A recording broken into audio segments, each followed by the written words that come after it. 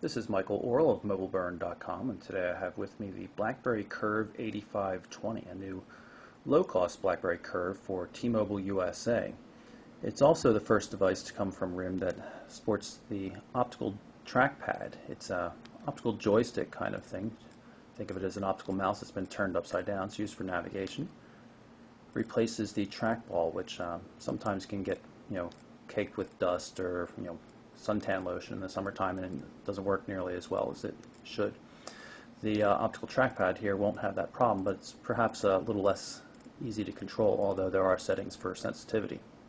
Let's take a look at the rest of the physical design of the device first, though. On the left-hand edge, you can see we have a 3.5mm audio headphone port.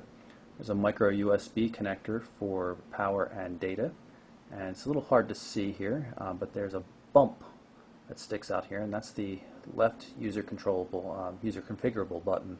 Defaults to voice dialing. On the back of the phone, 2-megapixel fixed focus camera. This is the frost color scheme. It's kind of an ice blue.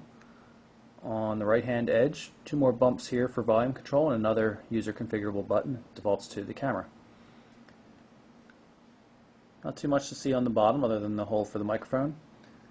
On the top of the device, we do have some changes, though. Instead of having just the mute button and a lock button, there's no lock button now, but we have the mute button. It can be used also for starting and stopping the music player.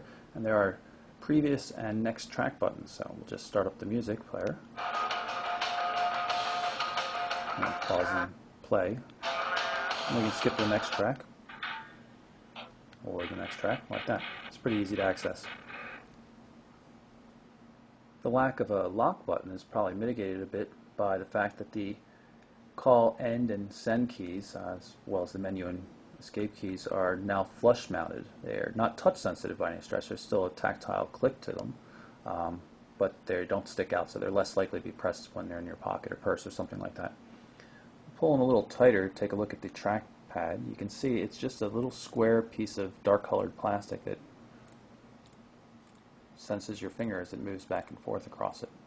Right now I have the audible click turned on just for the purposes of the video, but it can be disabled, and it is disabled by default. The display, it's a QVGA resolution display, so it's quite a downgrade from the better than half VGA resolution display it's on the Curve 8900, but the 8520 is quite a bit cheaper at $129. Nice curve style QWERTY keyboard on it. The keys have a really good feel. They're laid out quite well. Spacing's good. Everything's really, really nice except for backlighting. Backlighting in general across the bottom half of the device is fairly poor. It's inconsistent. Some of the keys, they're hard to read. It's not so hard in a really, truly dark room, but when you're in middle lighting where things are just getting kind of dim, it can be quite difficult to read some of the letters and numbers and symbols that are on the keys. Backlighting on these buttons up across the top is also inconsistent. Kind of shows through at points when it shouldn't.